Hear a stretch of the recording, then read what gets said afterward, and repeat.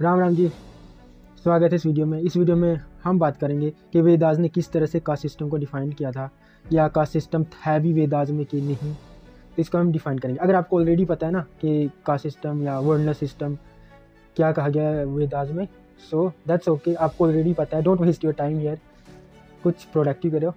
और हाँ, तो आपको ना मैं एंड में एक स्टोरी बताऊँगा, तो एंड तक ज़रूर देखना वो स्टोरी। या ये वाला अगर आप देखना चाहते हो तो सीधे एंड में चले जाओ, वहाँ पे मैं स्टोरी बताऊँगा कि किस तरह से लोग कास्ट सिस्टम वर्ण सिस्टम को डिफरेंट समझते हैं। उनको तो एक्चुअली में पता भी नहीं वर्ण सिस्टम के बारे में, and they are talking about like we are from the superior caste and we are from upper caste. So let's define. सबसे पहले वेदास में there is no caste system. Vedas में क्या था? वर्ण सिस्टम, जो किस पे डिपेंड करता था? आदमी के गुण पे, कर्मों पे, ना कि जैसे कास्ट सिस्टम किस पे डिपेंड करता है? हेरिडिटरी पे। आप किस जात में जन्म लेते हो ये आपके हाथ में नहीं है, बट आप अपना वर्ण चेंज कर सकते थे, ये आपके हाथ में था।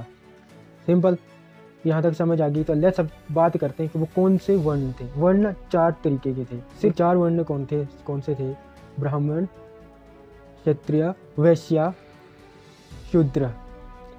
जैसे जो मेनली जो ब्राह्मण्स थे वो कौन हुआ करते थे? प्रीस्ट और टीचर्स, क्योंकि उनका काम क्या था? समाज को शिक्षा देना, धर्म को पढ़ना। मतलब तो तभी उनको कहते थे कि वो क्या माइंड वाले काम करते थे, और इसलिए वो क्या ऊपर है वर्ण में।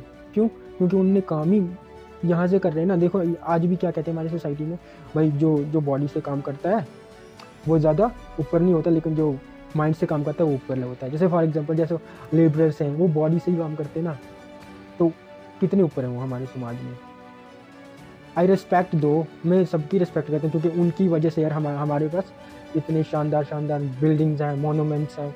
वर्ण सिस्टम में क्या था? ब्राह्मण किसको माना जाता था?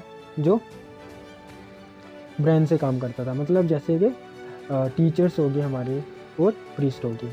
ठीक है, आगे ना वर्ण सिस्टम में ब्राह्मण किसको कहते थे, आगे ना ये समझ। लेट्स टॉक नाउ अबाउट क्षत्रिय। अब दूसरे कौन आगे हमारे पास? दूसरे होते हैं क्षत्रिय।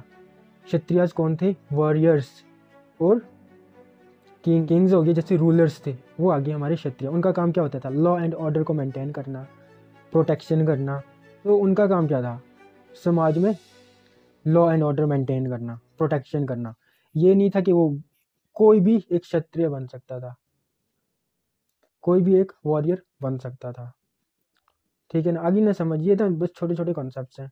अब तीसरा कौन सा आ गया हमारे पास? तीसरे आते हैं हमारे पास वैश्य। वैश्य का क्या काम? उनका ज़्यादातर काम किस में होता था? कॉमर्स में, ट्रेड में, या एग्रीकल्चरिस्ट होते थे।